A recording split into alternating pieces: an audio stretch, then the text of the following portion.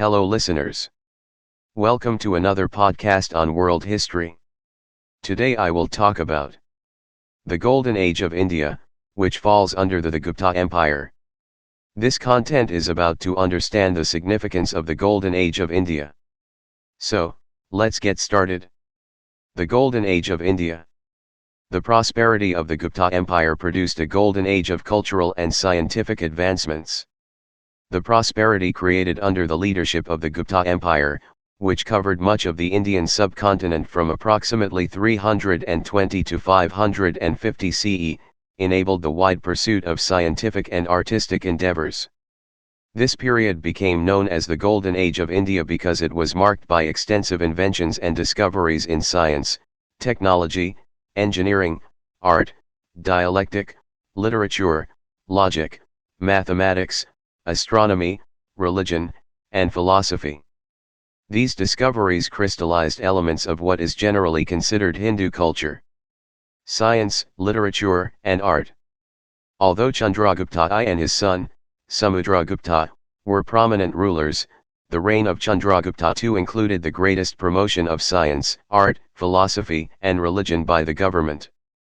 Chandragupta's court was even more influential than those that came before or after because it contained the Navaratnas, or the Nine Jewels, a group of 9 scholars who produced advancements in many academic fields. These scholars included Aryabhata, who is believed to have envisioned the concept of zero, as well as working on the approximation for the long-form number pi. Aryabhata is also believed to be the first of the Indian mathematician astronomers who postulated the theory that the Earth moves round the Sun and is not flat, but instead is round and rotates on its own axis. He also may have discovered that the moon and planets shine due to reflected sunlight. Varahamihira was an astronomer, astrologer, and mathematician, whose main work is a treatise on mathematical astronomy.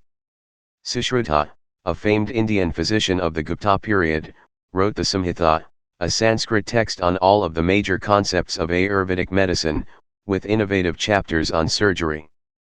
Other scholars of the Golden Age helped create the first Indian numeral systems with a base of 10.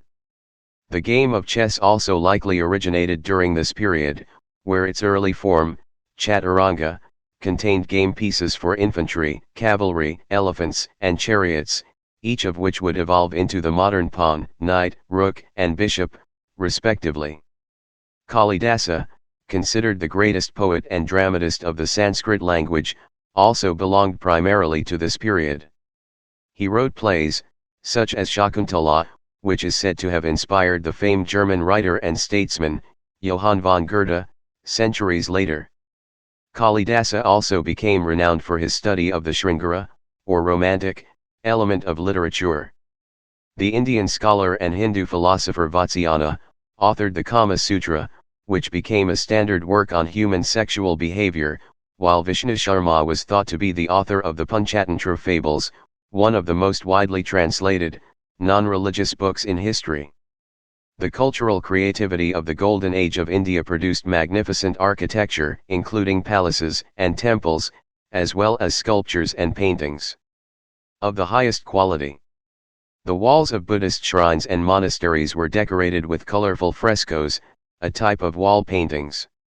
These showed scenes from the life of the Buddha, the ascetic and philosopher, who lived in the eastern part of the Indian subcontinent sometime between 6th and 4th centuries, on whose teachings the Buddhist religion is based.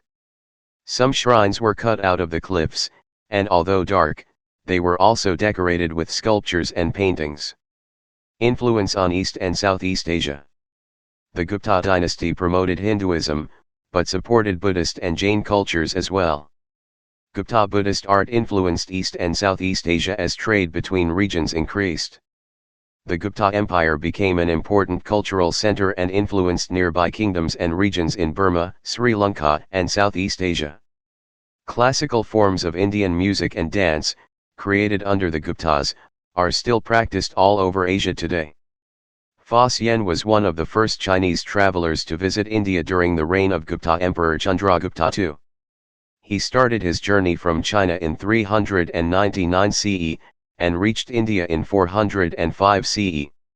He recorded all of his observations in a journal that was eventually published. During his stay in India, until c. 411 CE, Fasyan went on a pilgrimage to Mathura, Kanauj, Kapilavastu, Kushinagar, Vaishali, Pataliputra, Kashi and Rajraha. His writings express pleasure in the mildness of the administrations in these places. Thank you for listening. Don't forget to check out other tracks as well. Show your love by hitting the subscribe button and do like, comment and share, to spread knowledge. See you next time. Till then, keep learning for fun.